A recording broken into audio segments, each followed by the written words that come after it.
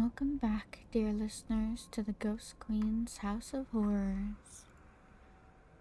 Today, we will be reading I Found a Letter from My Stalker, written by Minister of Owls. I found this note nailed onto a tree on my front lawn.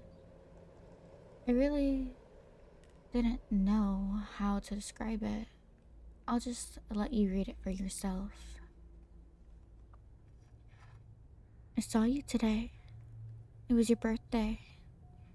You didn't see me. You hardly ever do these days. Your skin looked so nice and healthy, and your eyes, they were the most beautiful I'd ever seen them. You've grown so much. I remember how different you used to look when you were younger. I remember the day I first met you. It was 4 years ago. I was sitting at my desk, head down, listening to the teacher rattle off names for attendance. The teacher called out a name I didn't recognize, and a stranger's voice answered behind me. Was there a new student? The teacher didn't pause for a second, just continued calling out name after name. I turned my head to where the voice had come from.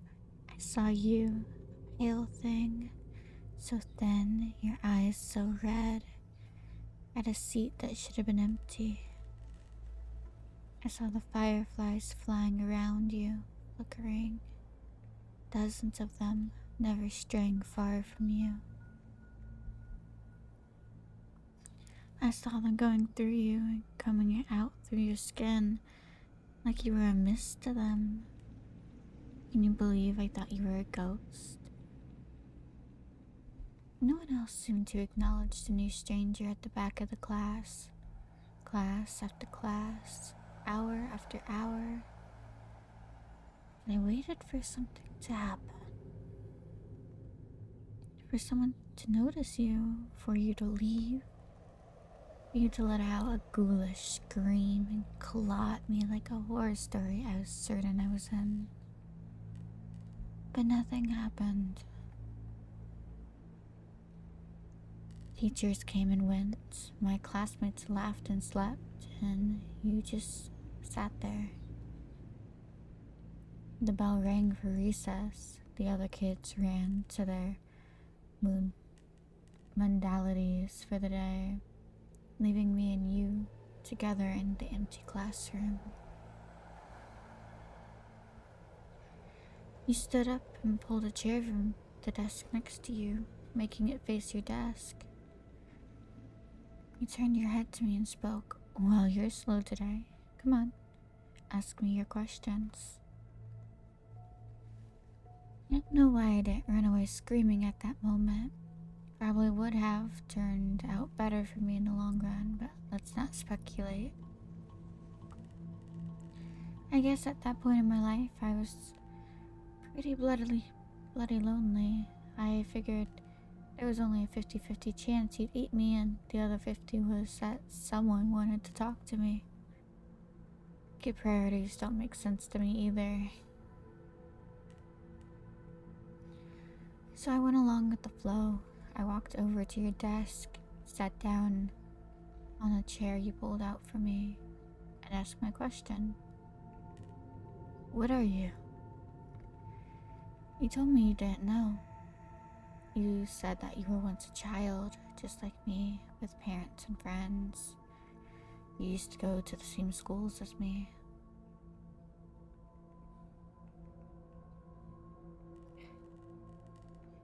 Then one day, one ordinary day, when you were 10, you just woke up and you were like this, covered in fireflies, and no one could remember you the moment they concentrated on anything else. No one. Not even your parents.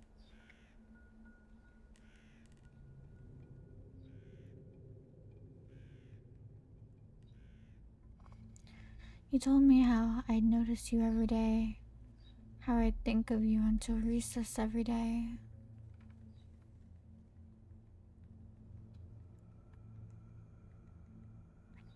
how I'd come to you every day, how we would talk every day, how we would meet for the first time every day for the last 3 years. About how I'd forget the instant I walked out of the room, how everyone would forget you, how the fireflies would make them, how for the last 3 years you'd been alone. Your story was very hard to believe, so I didn't.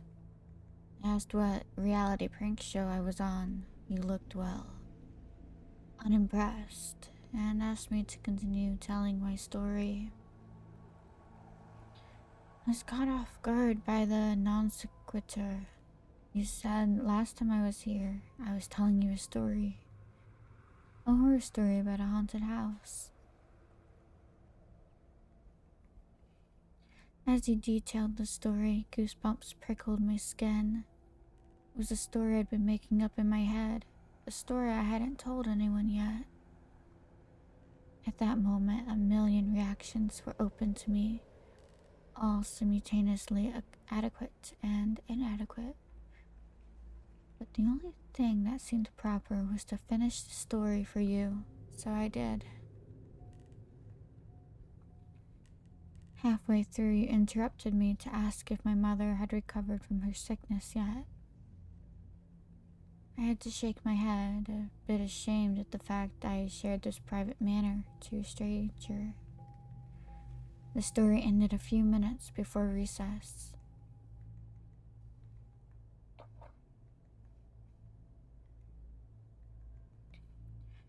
My class was in another room. You told me to go. Your steadiness took me back. You seemed so accepting of your fate. Like you'd already gotten used to the idea of being forgotten forever. I was a kid back then. I wasn't a particularly smart kid. And I was probably on the onset of a crush. So you can excuse what I did next as an example of my childhood stupidity.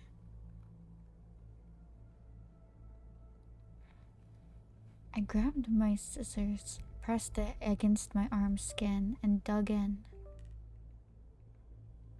As it drew blood, I pushed it forwards till the cut formed the shape I wanted. Letter by letter, I carved your name onto my arm.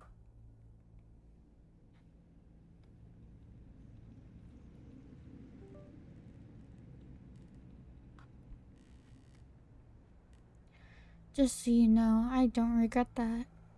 Don't get me wrong, kid power might have made me do it, but it sure as hell didn't make the pain go away.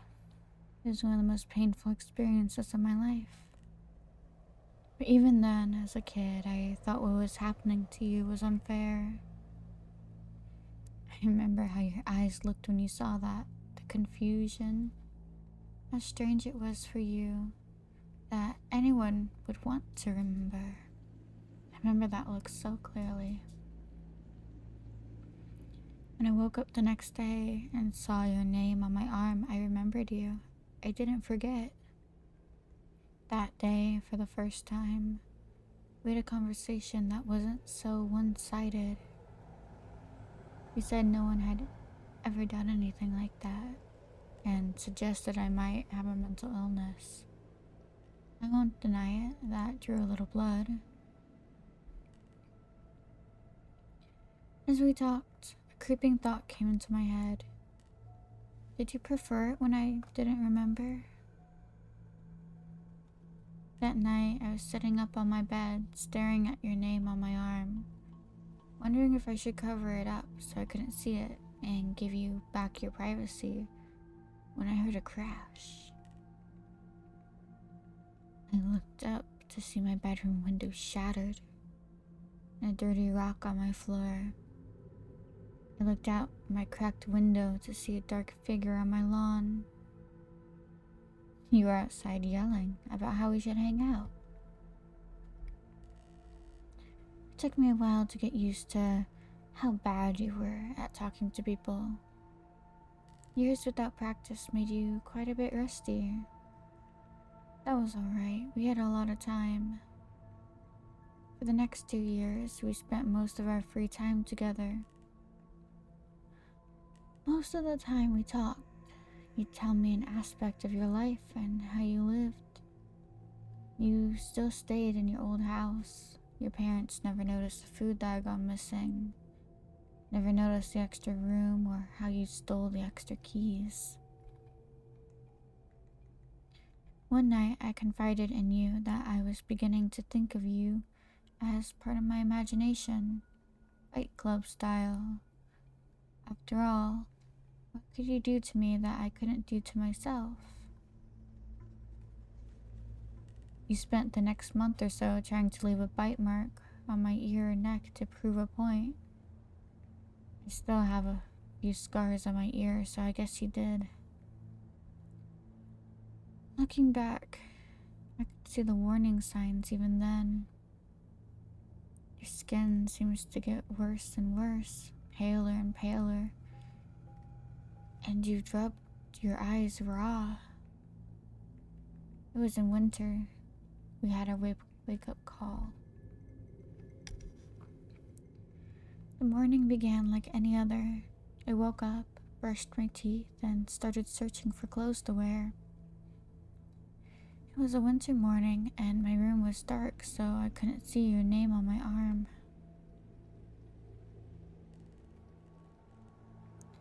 The cold sent shivers through my body and pulled out a long-sleeved jacket. A small bell rang in my head. Don't you usually roll your sleeves up? Yeah. Why did I do that? That was annoying. I finished tidying up and headed to school. On the school bus, I felt oddly content, like something I'd been worrying about just disappeared. I walked up the school stairs, down the hall, through my classroom, and sat down at my desk. That same feeling of a burden forgotten hounded my mind. What was I forgetting? When recess came, I just sat at my desk while my classmates ran out. It felt like a ritual, but I didn't know what for. I was contemplating just walking out to join them when I heard it. It was something small, like the wind, like a whisper, but it came over and over, incessant. It sounded like my name. I knew this was strange, that this was worth my attention, but I felt oddly calm. Everything would be alright. Everything would be just fine, just ignore it. I sat down there at my desk, my mind a war zone between two conflicting, contradictory voices, when I felt a force tugging on my sleeve. The moment I noticed this, my jacket sleeve was torn open. I saw your name on my arm, then your hand that had ripped my jacket open. You'd been yelling at me for over 20 minutes. I think that was the moment we realized how on edge our friendship really was. One accident away from complete erasure. We spent most of the year in the town library trying to figure out what the fireflies were. It wasn't really a problem for me. Because of my mother's treatment, my family couldn't afford to go on any trips, and our house didn't have heating anymore, so I was happy to spend my time with you. Trying to find information was a puzzle in and of itself. After all, how would I read about people I couldn't remember? And how would you find out who was special when no one could remember enough to record them? We found our old family trees and records.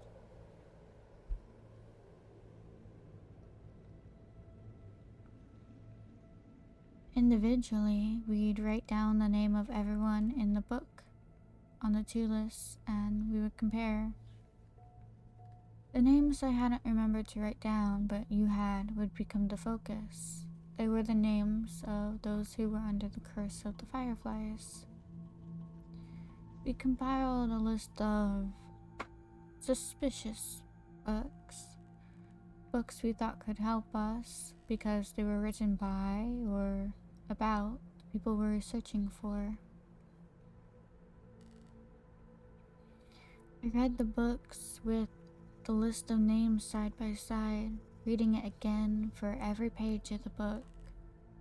You scoured the internet on the library computers on the lookout for articles about the people. Our search would lead us to the first glimpse we got about what was really happening to you. It was late at night when you found the picture. I was a bit drowsy at the time and almost about to nod off when I heard a sharp intake of breath. I turned to see you standing up, pointing at the screen.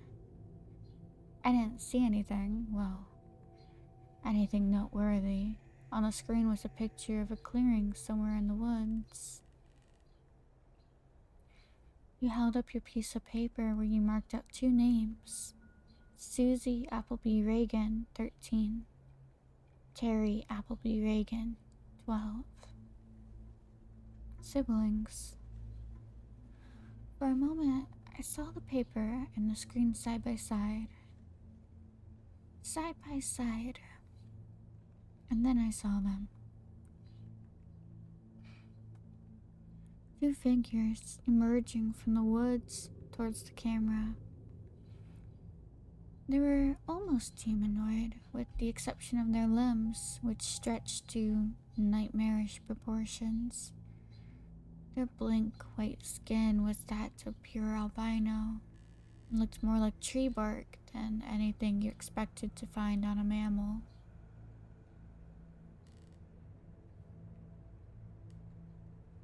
A cloud of fireflies surrounded the duo. The shorter one looked emancipated. I could see their rib cages, around which their eyes. God, their eyes. Just so small, so red. The taller one, with its white hair, didn't look alive anymore.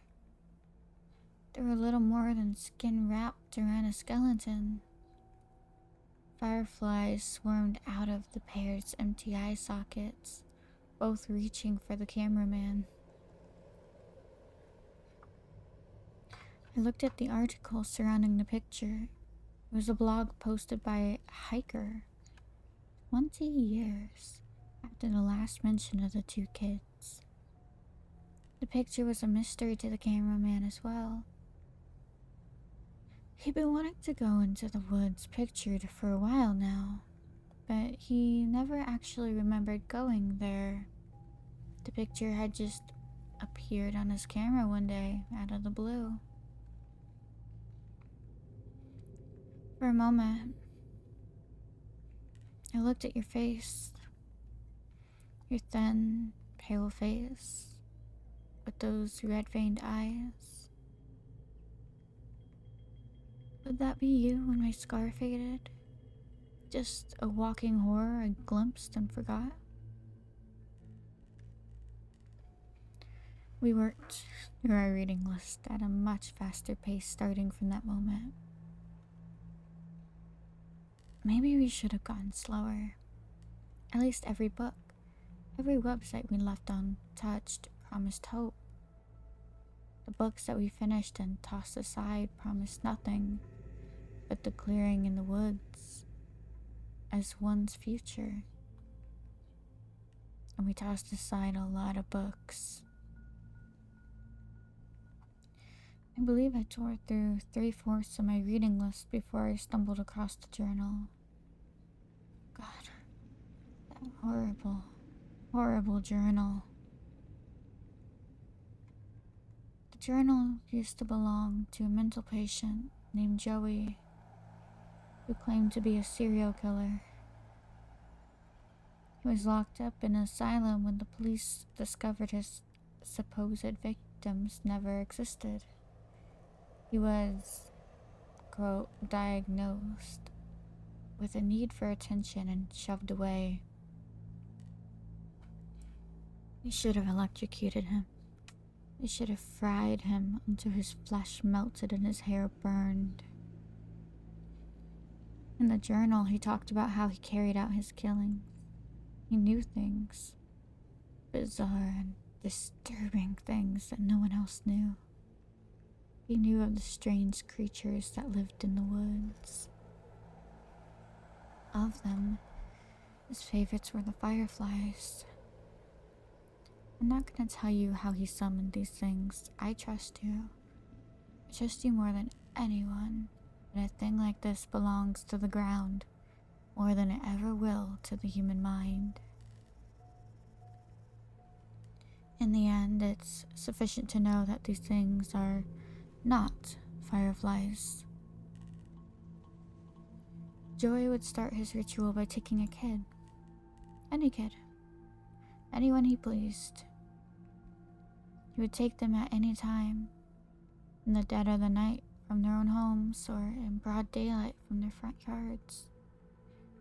It didn't matter if he was seen. He'd take them to his house and drag them inside. Usually an Amber Alert would come up at that point, but he didn't care. Like I said, it wouldn't matter soon. He dragged them to a special room in his house. Here, the fireflies would come and latch onto them. Now, nobody was searching for the kids. Not the police, not the parents. Nobody. From then on, he could do whatever he wanted to the kid. He'd get bored of them a day or two after the kid had broken. At that point, he'd dispose of them. Hacksaw, kitchen knife, anything would work. He detailed a large pit of bodies he kept in the woods, swarming with the bugs. One day, I guess he got bored of that too. So he went into the police station and turned himself in. Not on the account of guilt. Oh, no. He wanted someone to know what he was doing. A sick bastard. Don't get the wrong idea. He never stopped killing kids. The asylum doors didn't stop him from doing what he liked. It just made him improvise. He made a new way. He modified the flies so they could survive without a host. Just in a dormant state. When a child, he specified the age, would approach the swarm, it would attach on, it would latch, and begin its effect. Over the years, the child would warp horribly into the things we saw in the woods. I wish I could hate him in peace. I wish I could say the world owed him nothing. And that wouldn't be true. He detailed a way out. On the final page, there was an exact explanation on how to get rid of the fireflies. You must have seen something in my face because at that moment you asked if I found anything.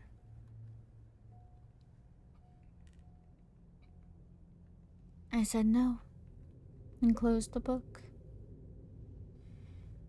A few minutes later, you shut down the computer. You picked up the last book and went through it yourself. When you reached the end cover, you tossed it aside. I asked what we should do now. Said it was alright. I could go home and we'd talk about it in the morning.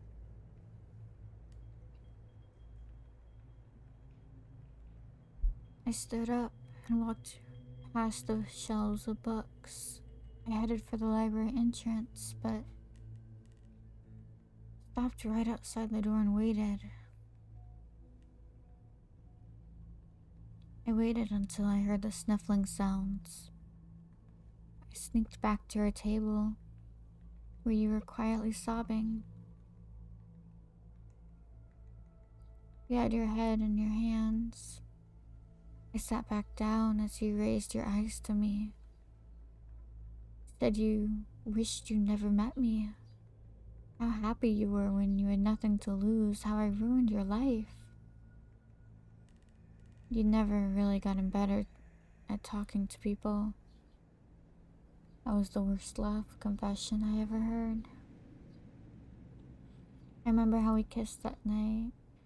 I remember your hands gripping my hair. I remember that kiss. I wish it could have just been a kiss. I'm sorry I ruined that moment when my arms were around you and I was close enough to steal a firefly without you noticing. I remember holding the firefly in my hand. I remember how it struggled until it didn't, until it was a part of me. The firefly shifted. It came over to me, leaving you. I remember the familiar look in your eyes, the confusion. I never wanted to see that confusion in your eyes again. You deserved to be loved, and you deserved to know that. I wasn't really living anyway. You reached for me, and I pulled away as the last lights of recognition faded from your eyes. And then you were just staring at a stranger, walking away into a crowd of strangers. That was a year ago. You've gotten so much better since then. You have so many friends now. So many people at your birthday party. You look so much healthier. I hadn't been as fortunate. My skin's gotten a lot paler, and my eyes hurt all the time now. I couldn't go to school like you did all those years. I haven't wasted my time though. I found Joey's pit. And the bodies. There were so many bodies. There's a grave for those children now. Without me, my mom could afford her surgery. She looked so happy. Just yesterday, I saw her playing with my baby brother. I saw you crying yesterday. You were with your friends, laughing. For a brief moment, your eyes met mine, and then they were so wet. I think I'm going away. For good, I think. You're not gonna be happy if I stick around. So happy I met you, even if you don't remember me.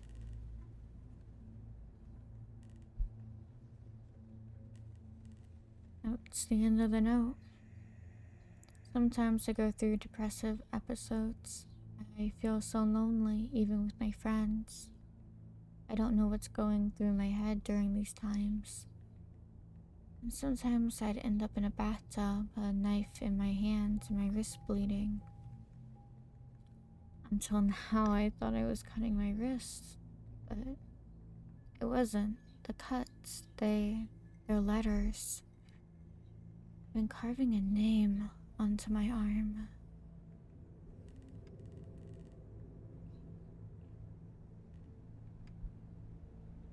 Alright, dear listeners, that is the end of today's reading. Tune in next week for another special episode. Sweet nightmares,